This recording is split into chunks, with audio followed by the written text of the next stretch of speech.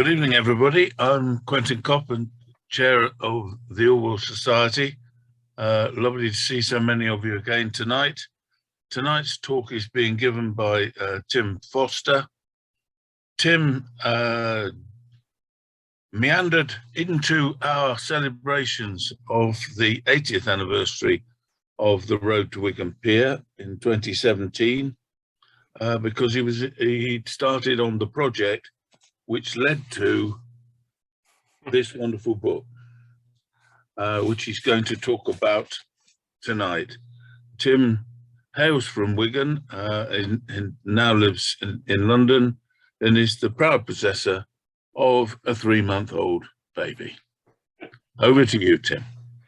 Yeah, let me bring in Ruby. It'd be so nice to show you guys. Let me just bring. Go. Doing grab on the arms. It's fine. Grab on the arms. Okay, here we go. This maybe didn't go as perfectly as. Hello. Just going to say hello to everyone at the Orwell Society. This is Ruby. Yeah. She's so quiet. Handing it back over to Mother now. Star of stage and screen. Thanks for that. Okay, let me just share the screen then. Can you guys all see this? Yep, that's fine. Right, hello everyone, and yeah, thanks, like Quentin said, for coming along to this talk. It was a project that I started in 2016, which led to an exhibition and these pictures you're about to see going on billboards, and eventually this book. And I started it in 2016 after the Brexit referendum. Perhaps the words Brexit will not sit well with most of you here today, but we're going to lightly brush over it. And I thought, well, how do I, as a photographer, as an artist, talk about this? And I thought, well, originally I would, let me just see if I can, oh, hello, no, there we go, okay.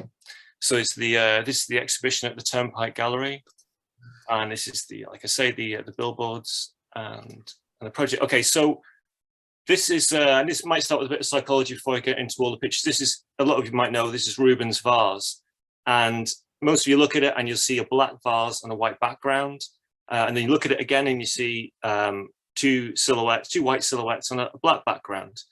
And the reason why I'm showing you this, really, to start this this discussion, really was about the idea that when I first started doing the project, I was told in certain terms by two fellas that, you know, this doesn't represent Wigan and we're not very happy about it. And I was kind of left thinking, well, okay, fair enough, you know, I see that, but can we not have both? Can we not have, like, what the pictures that I would like to show, similar in the time to when Orwell went to Wigan in 1936? So, well, can we not have both? You know, a good representation of, you know, the new things of Wigan, and also a good representation of those of, I guess, working class, and the stories I was trying to tell.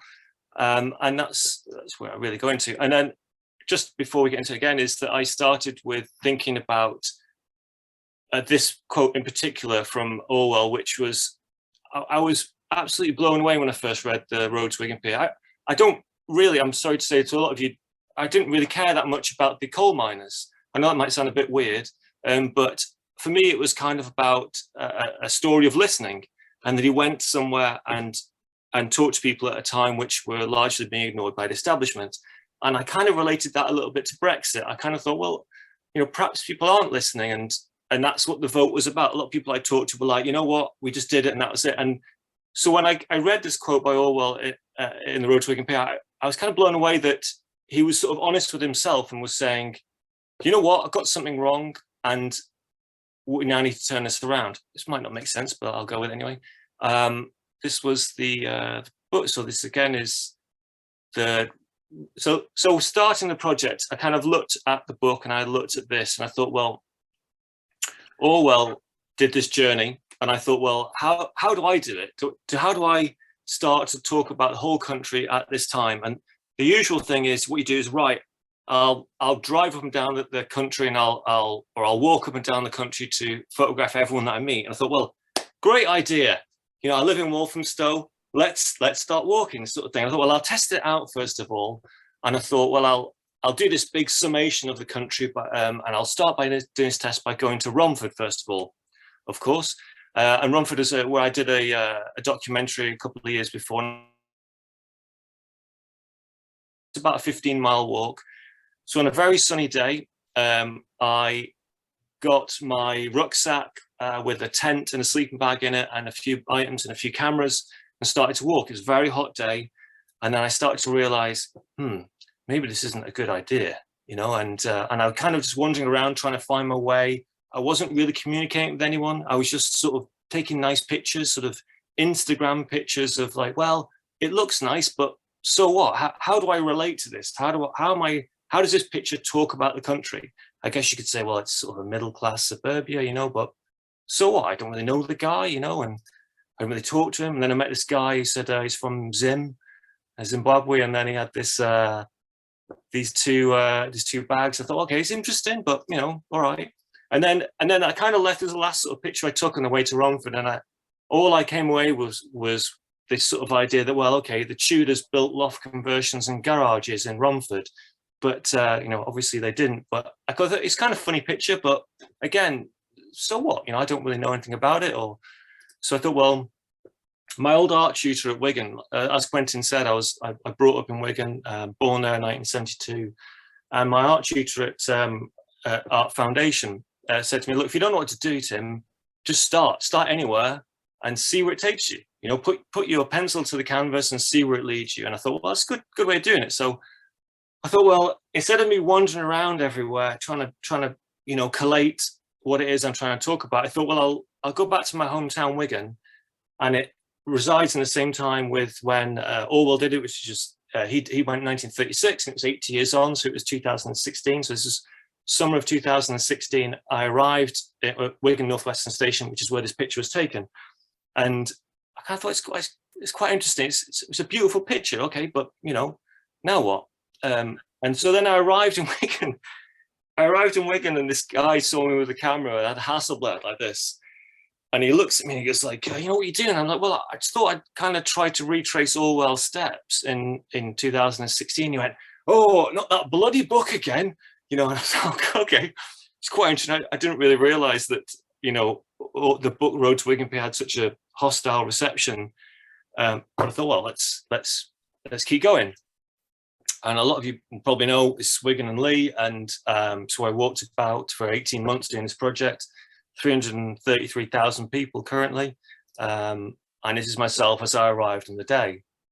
And then I started with cliches, really. Now, this picture isn't in the book, but I started by going, well, let's go to the mining areas. You know, let's go where Orwell went, and let's just, you know, photograph grime and grit. And you know, all right, yeah, fair enough, but you know, okay.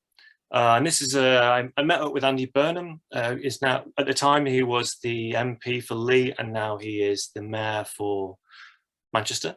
This is a short video. Nice to see you. Yeah, pleasure to meet you. It's a while since I've been down, actually, in a couple of years. So. And so it was a meeting that didn't really go anywhere. It kind of it resided just there.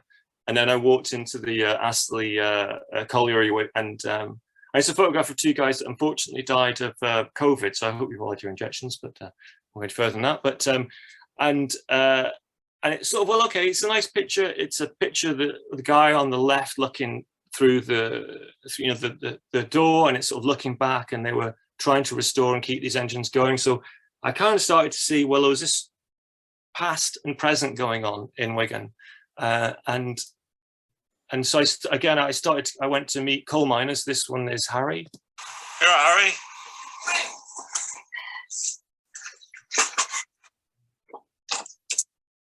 How are you doing? What happened? When did you get this? So it's very brief meetings, and what I loved about, you know, it was really nice talking to the coal miners and people I met also who worked in the mills, you know, back in the day.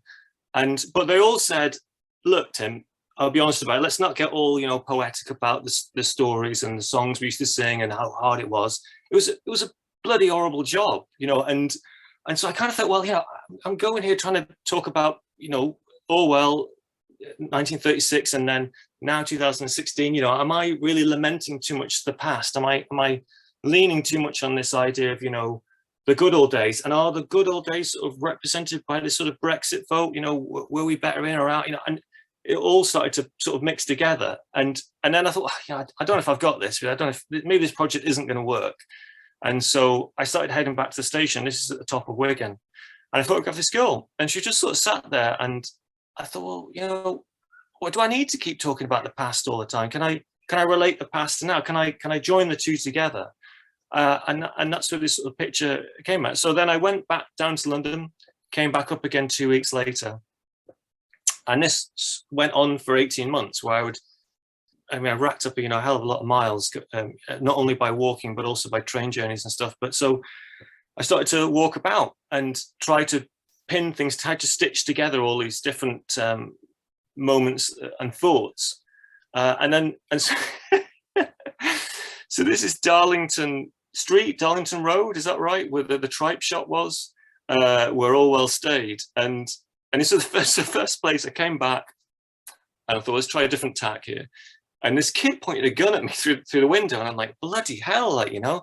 And it reminded me straight away. So this is a moment I remembered, and it was a guy. I was walking through a street in Abercrombie Boulevard in LA, and on a way to a date of all things, and two guys came out and pulled a gun on me. And they're like, yeah, give me what you got in your pocket, you know. And I'm like, oh, come on, get out of it. I'm on a date, sort of thing. And it sort of just ended, and they ran off and I ran off, and that was it, sort of thing. I thought, oh God, yeah, maybe I should just handed over the money, sort of thing. But what I was reminded of in that moment when the kid pointed the gun at me through the window was like, whoa, I'm back on that moment, in which I sort of related to the idea of, you know, trauma. And I suppose that trauma puts you back into that moment just like that, even though it wasn't relative. And so then so I started to walk. This is in Lee, and in the book I talk about this. I relate this picture to when Orwell met the stevedore, and he was freaking out, and he's like, you know, I mean, it's another thing as well. I tried to how to talk about Orwell when you're doing a project like this is it's not an easy job to walk around as a photojournalist, as a photographer. You're always going to get guys who are going to try it on with you, or someone's going to try and report you to the police. It's always going to be difficult. And what I read when in Orwell's book, what I found really interesting was that I think he spent some time with a tramp, first of all, walking around, and then when he met this stevedore, he thought he was going to get his head kicked in. And I thought that was really interesting. So I thought, well, it was similar to this, that this guy was like shouting me across the street. He's like, oi, you, oi. And I was like, oh my God, you know, here we go, like, sort of thing. And then, so I was like, you know, yeah, all right. And he said, take my picture. I was like, all right. And so it's that sort of idea. And I related it to Orwell's moment with the cup of tea. And he said, you know, it was like a baptism. In that moment, instead of getting my head kicked in, he gave me a cup of tea, and we you know, we hugged. I thought, wow, that's amazing. You know, I guess that, you know, so it became this kind of walking conversation with my past in Wigan, growing up there, and also the present, walking around, and also the past of Wigan and Orwell, and how these things all meet together. And this is how it looks in the book with the cup of tea. And this is, I hope George is on here, actually, I'm not sure, I haven't checked, but this is George here on the left, the poet.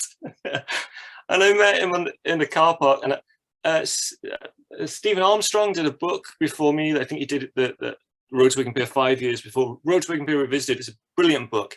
But in a way, he went more in a kind of journalistic route about poverty and how poverty comes about. And I was like, I kind of get that.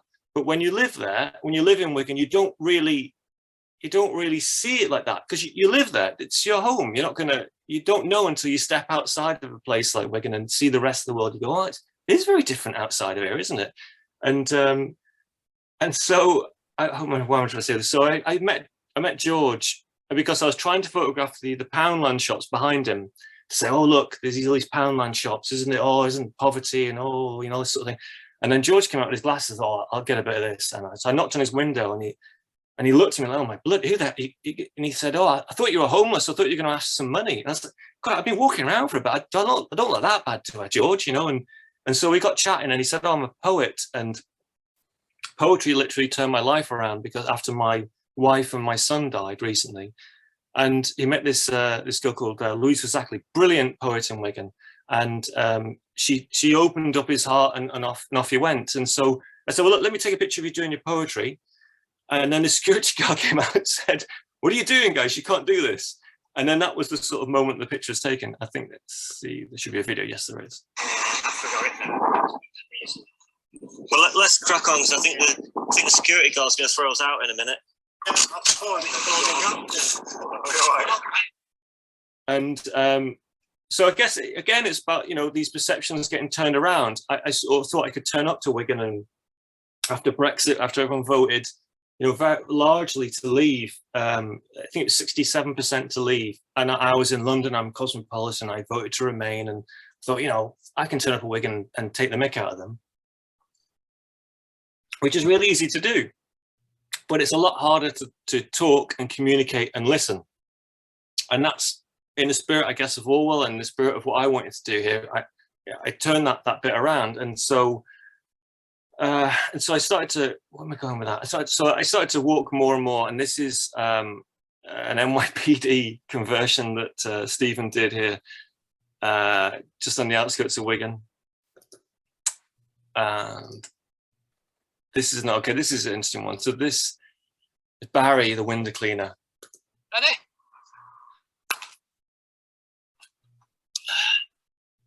I said, hello, how's it going?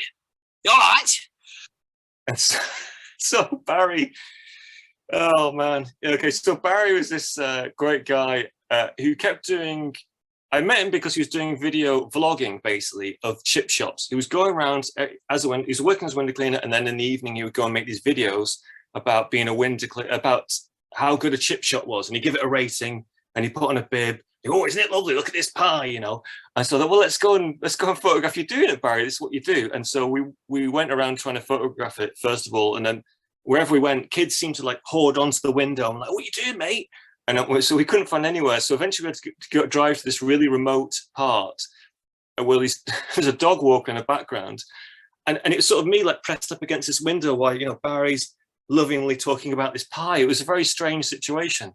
But how I talk about this in the book is I talk about it as how things from the past come through to now. And I talked about it as being post-industrial economic stress, or PIES for short. And see, if you're from Wigan, you kind of get that joke. And the reason why, I guess, throughout this book, I wanted to, instead of being kind of morbid and looking at things terribly, and oh, look at the poor working classes, how will they survive? I kind of wanted to go, well, you survive your adversity with humor. And, you know, Orwell did call the book The Road to Wigan Pier, which was after George Formby. I can't remember the name of the song. I think it's a tugboat song, and it's about, you know, okay, the pier isn't a lovely, nice pier out over the sea like in Southport and Blackpool. It was a tiny little jetty over the canal. And that was the humor. That's how you survive. You survive by taking the mick out yourself and everyone else. And you're laughing at your own adversity. But I really like that in this book, to actually say, look, I'm not going to hammer into Wigan and say how bad it is. I'm going to say, look, we're humans, we survive, you know, and that's part of the nature. And Barry seemed to epitomize that. And this is Beach Hill. I had good upbringings at 19 years old in Beach Hill. And I related this at first to an Orwell quote, which he said that all children have frail bluish teeth, which I suppose is to the lack of calcium. And I thought that's quite interesting, because now I suppose they got blue teeth because they eat this sort of nuclear topping ice cream. And so when I was photographing the guy, you can see his arm on the left hand side. This is Farhad, and at first he's like, "I'm not letting you ride in the van, health and safety, mate." And I'm like, "Oh, come on, man! I'm running around after your ice cream van, trying to photograph through the window, you know, these kids sort of eating ice cream," which is why I remember in Wigan, you know, rather than it being a sort of depressing thing. I thought this was actually what epitomizes Wigan, just these little moments of beauty. And so eventually let me lie down the back of the van and take pictures, and that was it. This yeah, okay, so this is higher folds. And so when I first started the project, I went to Turnpike Gallery in Lee, and Helen Stalker, who's now leaving actually, that was the curator at the Turnpike. She said, well, why don't you go to higher folds? It's quite a funky place, kind of a lot going on there. And there's a new art space. And I thought, okay, yeah. And then where my mum lives in a sort of very suburban area, there's a retired police officer. And I said, I'm just going to go to higher folds. He's like, what are you going there for? So if you go there, they'll rob you blind. They'll pull your eyes out, you know, when you're not looking, you know, this sort of thing. And I'm like, surely it's not that bad. And I went there and everyone's extremely nice. I know they've got their issues and they've got things going on, but like all of us, you know, but, and so I met this guy and he turned out to be working in a Twiggy. God, I can't remember his name for a minute. Chris Twiggy. And he turned out to be working in the Tip, a local Tip. And he was just sort of taking bits that he could salvage and making them into pieces of art. And he found this hammock and he put it in his council house, like, you know, right, I'm having that. And he said, Tom, you know, look, I struggle with mental health, really struggled with it. But you know what helps? Putting a hammock in my living room. I thought, yeah, fair enough. And that was it. So this is Pride. So Wigan has a Pride Day in August. And so, you know, it said, again, you can go to Wigan with this expectation of being flat caps and whippets, you know, and yet you've got lots of different people now living there with, you know, challenging attitudes, you know, evolving into something else, which I thought was fantastic. And this is a story of my friend Dan. Now, you know, this is quite a sad story, but also something of, again, about survival, really. And that Dan, I met him when I was 19 at the Art Foundation course. Very working class family. His dad was working in the pits. He grew up and went into being a window cleaner, and his mum worked in the mills. And they both lived in Beach Hill, and Dan was the youngest of the kids that they had. They had 4 kids, and his oldest son was dying of a brain tumor in the living room. And you know, it was a slow, protracted death. And Dan would pray by his bedside to not die. And his brother would wake up and go, bloody hell, Danny, would you keep the bloody praying, Dan? I'm trying to die in peace here, mate. You know, and I thought, well, I guess that's quite indicative of Wigan, that you live like that. That's how you survive, with that sort of that sense of humor. But Dan struggled. I think it's something called Jonah Complex. And Jonah Complex is the fear of your own success. And it's usually working class people that realize, okay, I don't need to drink and smoke myself to death and work in an extremely hard environment where my life expectancy is shortened. I can go do something else. And Dan started to go off to do something else. And then it's sort of, the family were like, well, why are you doing that? You're not like us now, are you? You're different. And he really struggled with that. And he struggled with his brother's death, and basically drank himself to death, in effect, really. And unfortunately died on Darlington Street. So that all these things, past and present, started to mix together. But I wanted to tell this story in the book because his wife refused to put father on the gravestone, but his friends did, as well as left cans of Stella. And, you know, the dark stories and stuff, but I kind of felt it important to talk about them, that they exist, rather than trying to be Instagram, we're all happy all the time and selfies. And I thought, you know, let's make something of stature that we can relate to and talk about, and it is truthful, which I think a lot of people are drawn to Orwell for truth. Anyway, perhaps I'm rabbiting on. It's a picture outside the gallery. This was Lidl. This the lady here in the middle, Steph. She was the manager, and she would give a lot of out-of-date food to the Brick, which is a local charity. But I quite like this because it looked like she was stealing the food. It looked like a heist. So that's what I quite liked about the picture. This was cheerleaders at DW Stadium.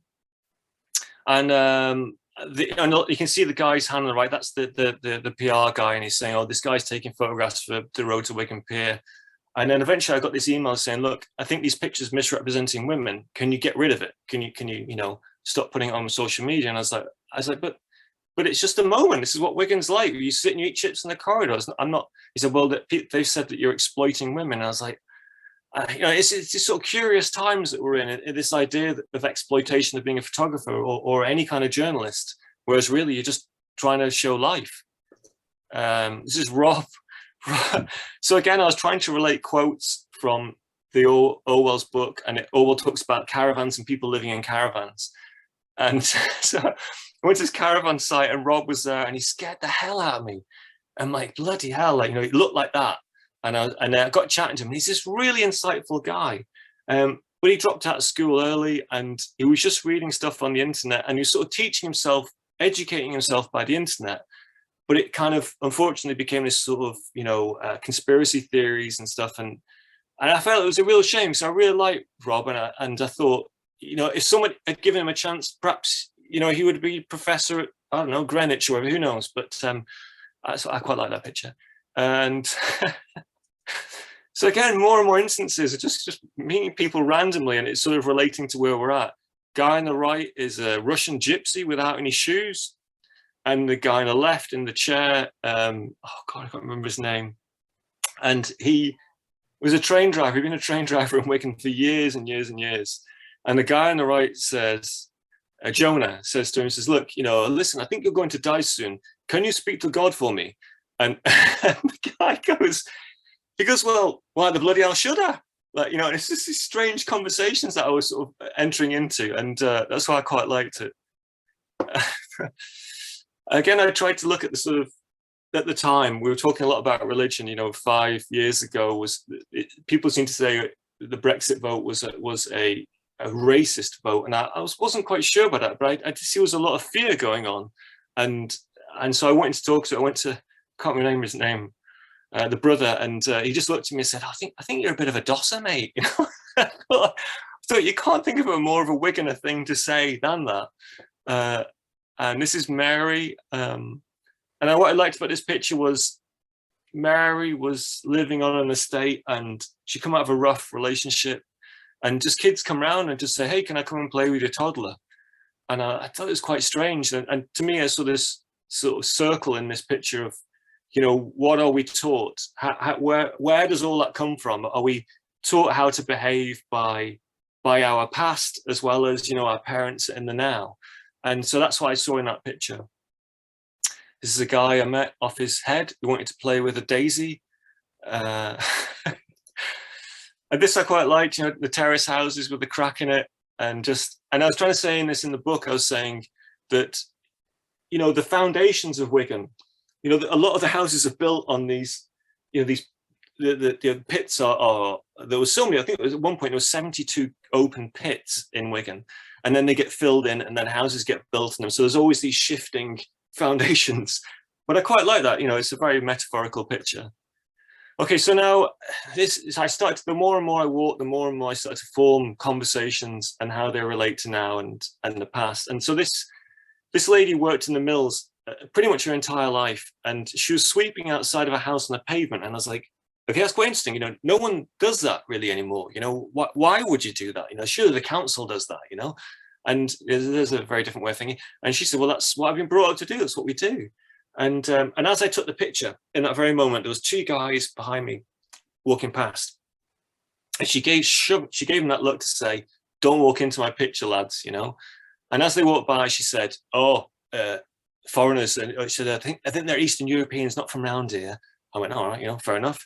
And then I went on from that, and then I met this lady, a Ginnell, in a side street, and she was an asylum seeker. And this is literally 10 minutes apart, these pictures, and obviously not from around here. And I thought it's quite interesting that, you know, these two ladies had so much in common, yet were divided by quite a lot. And again, this one as well. So again, honesty was really important. I think, like I say, a lot of people are drawn to Orwell, I think, for honesty in a sense, and freedom of that honesty. And for me, when I took this photograph, I labeled it for the gallery, Asylum Seeker Pushes Pram Up the Hill, which is the high street in Wigan. And I was like, but how do I know she's an asylum seeker? I don't know who this lady is. I just took a picture on the street. And I thought, it's kind of, you know, okay, I'm a white guy. I made an assumption here. I've got a choice, which is that I could edit that out of the book and the exhibition. No one will be much the wiser. Or you can be honest and say, you know, I guess I've been brought up with a sense of, you know, colonial prejudice. I'm not sure, but I thought that was an important thing to engage with yourself as well as the subjects around. This is a guy. Yeah, it's just little stories in Wigan, little beautiful stories. Like I say, you can walk to Romford and take pictures of people, pretty pictures, and be like, you know, whatever. But I wanted to have stories to all of these pictures. And this was an area in Shevington whereby the residents knew that one of the locals was dying of cancer, unfortunately. And her husband said, "Look, this is the last Christmas. Let's make it a big one." And so they all in this whole street, we call it in Wigan. Chevy lights, Shevington lights, as in, and again, it's a dark sense of humor of it's not Blackpool in the same way that it's not Wigan Pier that goes out over the sea. It's a small jetty over the canal. This was very similar to that in that, and this tradition stuck. So after she passed, everyone in the street still now you can go there, and this whole street is lit up like a Christmas tree. I thought it was fantastic. This is a steel worker, a welder. A colourful Kath that I met. This is at Sunshine House where I met Quentin, and she said I went to the. She's very colourblind, and she said I went to the hairdressers for Vimto coloured hair, and this is what she gave me. I was like, all right, okay. And then I was told later by Barbara at Sunshine House. She said, "Oh, that dog is pie crazy." I was like, "What do you mean pie crazy?" She said, "Well, it's a terrible guide dog, but if it sniffs out food across the road, it'll drag Kath across the road for the food," which I thought was amazing characters, fantastic. Two neighbours talking across the divide, picking his nose, I think. Dads and lads, this is in Beach Hill. You get your haircut and the lads will queue up half an hour before in the snow in shorts to get their haircut. Thought it was great. Wigan Rugby. This was... So I spent a lot of time walking around with a GoPro attached to my shoulder, and these lads, but they went, as soon as they saw me with a camera, they were like, "He's a paedophile," and I'm like, "What? Because I've got a camera? What? Like, you know?" And I'm like, "Look, I've got a camera recording on my shoulder here," and they're like, "Oh, well, it's obviously not. It's fine." You know? And I thought, well, I guess if I was a kid, I would have been like that. So a cheeky little swine. And so I took this picture of them in their den. This is Dave and Tommo and Ren. Dave is the local artist, as is Ren also. And what I liked about these two was that Dave was a Wigan born and bred, and Tommo was from Japan, and had this sort of meeting of cultures, as well as you can see in the background a stormtrooper's helmet. And you know, people find a way to connect. It isn't all a divide of, you know, remain or leave or whatever. We all figure it out. And Tom's is an amazing cook, and she will mix together Japanese and Wigan cuisine. And so this is a sort of Dante's moment, I guess. This is Wigan has on Boxing Day night a fancy dress night. I don't know why the tradition came about, but it only is in Wigan for some reason, and it sticks. And everyone tends to build their own costume out of things they find. I just quite like this moment. And on your right hand side, you can just about see that there is an ambulance arriving on the scene. Okay, this is. So this is in the welding place that I went to. Yeah, I am working class. I love to work. I do. I'm a mum as well. But obviously she's older now. You dry your hair with it as well? She had 9 of us. 9 of us, so then she had to take like a part-time job. Yeah. That's working class, isn't it? So trying to come to terms with it, I guess, as well, a lot of these pictures were, again, like I said from the beginning, are really trying to sort of establish, well, what's working class now? How do you define that? You know, I think Stephen Armstrong did something very good synopsis of that in his book. I guess for me, I didn't want to go into the ins and outs of it. I just wanted to listen to the people about their lives and document them as in short space of times that I could. And these are 2 kids that I met on the street, and yeah, there is a video of it. Yes. Do you want to have your photograph taken? No, can I take a photo? No, sorry. Well, let's hope that comes out anyway, boys. So, so these 2. So yeah, okay. So we'll go on to this one. So yeah, so again, what I tried to, I mean, especially I don't know if any of the photographers are on here, talk about projects to photographers and say, you don't know where things are going to go sometimes. So that last shot, I was trying to photograph buses as they came through the sun, and these kids turn up and they're a bit cheeky, and I think, great, you know, that's a good picture. This picture now at Bellevue is trying to mix together past and present again, which is that there's a guy pulling a moonie in the window, if you can see that, and they turned up at 11 o'clock. They've been out all night. He said, "Can you open the pub? We want to go in." And I said, "Oh, let me take your portrait." And I took a portrait of the guy in the doorway, and he was like, "It didn't work." But then I turned around and saw them pulling a moonie. I thought, that's great. And so in Orwell's book, right towards the end, I think he says, even a bare-ass savage given a chance can learn the vices of civilization. And I thought, you know, it's great. So all the way out throughout this book are these mixing together of past and present and Orwell quotes. And I know that, and it's strange to me that Orwell was funny. I guess that's another thing as well. You know, he's always seen as this serious, oh, you know, dour, you know, oh, you know, and the working classes. But he must have been funny to go to where you have to have your wits about you, definitely.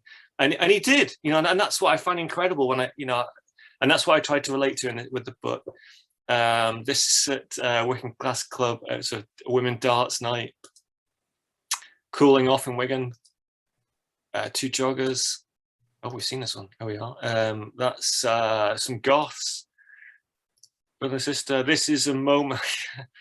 So again, another weird moment in terms of at the time, fear and what was going on, and that this was outside the hospital, the infirmary, and there was a bomb scare. And before the bomb scare, I was just walking around, and you walk around for a long time, you start to look like you haven't slept in a bed for a while. And I went into this hairdresser's and I thought, oh, it's quite nice, some pictures. And this woman said, Derek, there's a man here, you know. And I was like, what the hell is this? And they're all freaking out because of this bomb scare. And because I had a backpack and my beard was quite big and it grown, they thought I was a terrorist. And I thought, oh, what? You know, okay. And so then I went up the road and I met these guys. I don't know if you can see the guy on the right has still got the intravenous in his arm with a bandage on it. And he just pulled himself out of hospital. And he walked around to the cordon, and the police officer at the front, and he said, hello, PC Jenkins, do you remember the time that you kicked in my front door and you found me hiding under the bed? He said, yeah, I bloody well do, yes. And I thought, these are quite interesting stories, but, you know, and I thought, well, you know, I'm middle class. I grew up on the outskirts of Wigan. You know, I did my time, as it were. And what I related to that picture and that moment was that, you know, I guess, you know, I go skiing and I live in a terrace house in London now, and I'm a photographer and a videographer. But I wouldn't say that my life's any more greater than the guy there talking to PC Jenkins. You know, you might look at his life as being chaotic. It probably is, but I don't want to condescend people and say, well, you know, my life's better than yours. You know, and I suppose that's the similar way I found a lot of condescension around Brexit, especially in London. People who related to those who voted Brexit and were working class, they sort of looked down on people and said, oh, you know, idiots, you know, sort of thing. And I thought, well, you know, how do you come by that conclusion? You haven't spoken to anyone outside of your bubble, outside of your, you know, echo chamber. And so that's what I quite liked about this, was to say, you know, perhaps we don't honor the working man enough as we should do, that their lives are shortened far less than mine will be, and I have an easier life, but I wouldn't say it's any fuller. Anyway, moving on. This is at a competition. Guy, I just quite like this for a youth picture, and this is looking back of Wigan, my hometown. I think we're just about good for time, and this is sort of ending on this picture really, and this. It might seem an innocuous picture, but what I love about this picture is it's just a couple holding hands. And I just caught it very momentarily on the bus. You can see the reflections of the bus as we went by. And what I like about it is that the guy on the left, girl, I'm not sure, on the left is holding hands while standing on the grass. And I just love that. You know, they could walk on the pavement, but chose to walk on the grass, and just little moments of defiance. And a lot of you who probably aren't familiar with Wigan is that when you arrive at the station in Wigan Northwestern, you don't leave via the entrance and exit. You leave via the emergency exit past the police van. It's these small acts of defiance. And that's what I loved about this picture. And that's it. That's me done. Wonderful. Thank you. Thank you very much, Tim. I'm sure everybody else enjoyed that as much as I did. And I particularly asked Tim to start this year off because, of course, in March, it's the 85th anniversary of the publication of The Road to Wigan Pier. And as all of you will know, we're going to be there for that at the beginning of March. And we will be opening a permanent exhibition in the Museum of Wigan Life, which is actually the library building that Orwell would recognise if he walked in today. The only thing that really is substantially different is that the lighting is high level now instead of low level. And what we're trying to do is create a centre in the north for Orwell studies. We have Peter Davison's collection up there. We've just been offered by his widow, Gordon Bowker's collection of Orwell-related material. It's all very positive. And from that situation that Tim described at the beginning of his talk of, oh God, you know, we don't think much of Mr. Orwell, he slagged us off, and all of that,